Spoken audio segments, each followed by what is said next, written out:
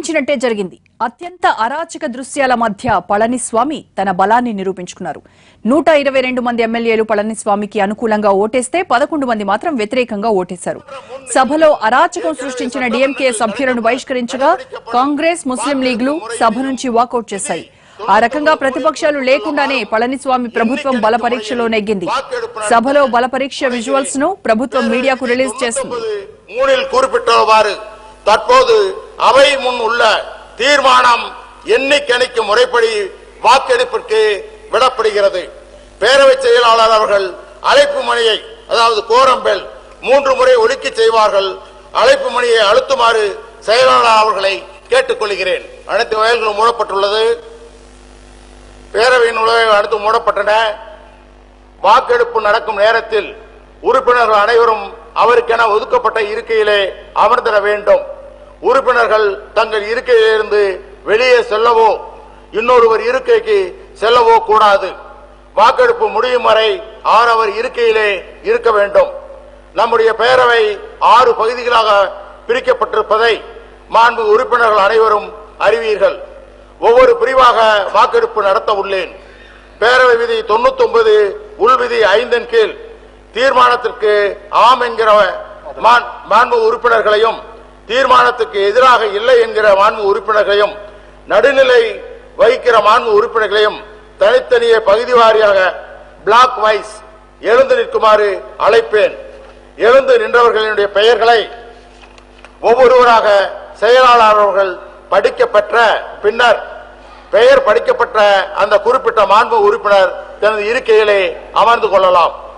பேரவை முன்னுள்ள கேள்வி: திரு எடப்பாடி கே பழனிசாமி அவர்களை முதலமைச்சராக கொண்ட அமைச்சரவை மீது இப்பேரவை தனது நம்பிக்கையை தெரிவிக்கிறது என மாண்புமிகு முதலமைச்சர் அவர்கள் முன்மொழிந்த இத்தீர்மானத்தை அவையினுடைய முடிவுக்கு விடுகின்றேன். பிளாக் 1 பகுதி 1 தீர்மானத்தை ஆதரிப்போர் எழுந்து நிற்கும்படி கேட்டுக்கொள்கிறேன்.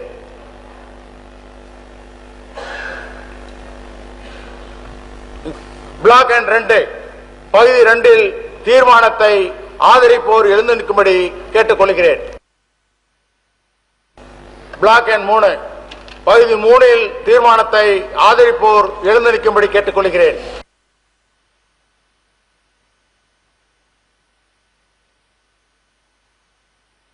பிளாக் 4 பகுதி 4 தீர்மானத்தை ஆதரிப்போர் எழுந்து நிற்கும்படி கேட்டுக்கொள்கிறேன்.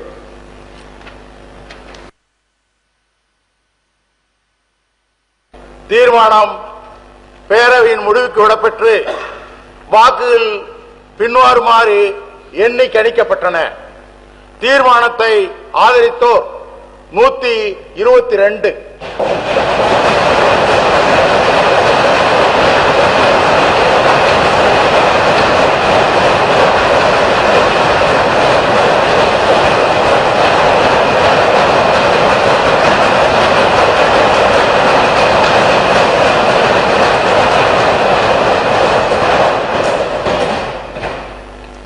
தீர்மானத்தை எதிர்த்தோர் 11, நடுநிலை வகித்தோர் யாரும் இல்லை.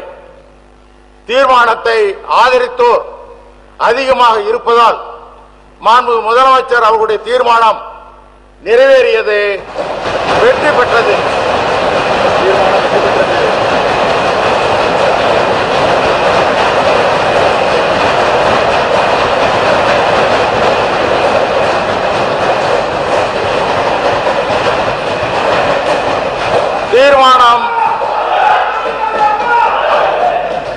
தீர்மானம் வெற்றி பெற்றது என பேரவைக்கு அறிவிக்கின்றேன்.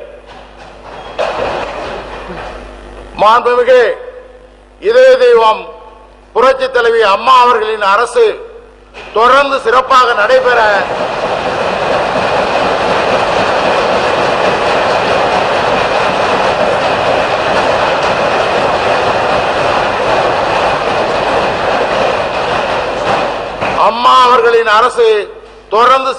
நடைபெற எனது மனமார்ந்த வாழ்த்துக்களை தெரிவித்துக் கொள்கிறேன்.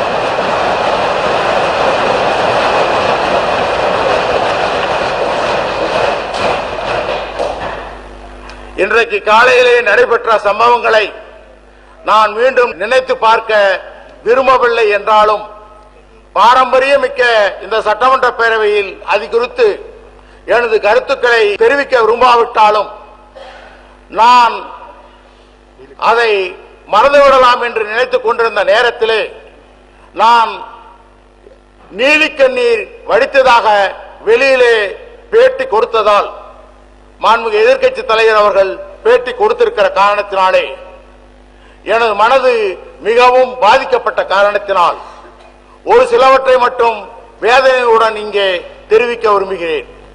இதை தெரிவிப்பதிலே நான் மிகவும் வேதனைப்படுகிறேன், வெட்கப்படுகிறேன். மிக மிக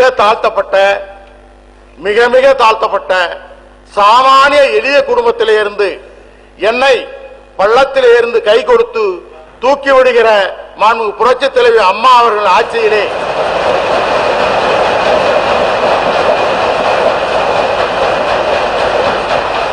நான் இந்த பதவியிலே அமர்த்தப்பட்டேன். தொடர்ந்து இரண்டாவது முறையாகவும் அமர்த்தப்பட்டேன்.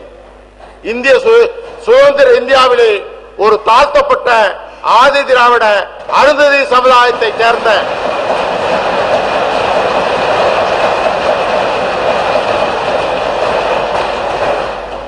சார்ந்த இந்த எளியவனை மிக உயர்ந்த இந்த பதவியிலே அமர்த்தி நான் சார்ந்துள்ள ஒடுக்கப்பட்ட சமுதாயத்தின் விடிவெள்ளியாக திகழ்ந்தவர் மாண்புமிகு அம்மா அவர்கள்.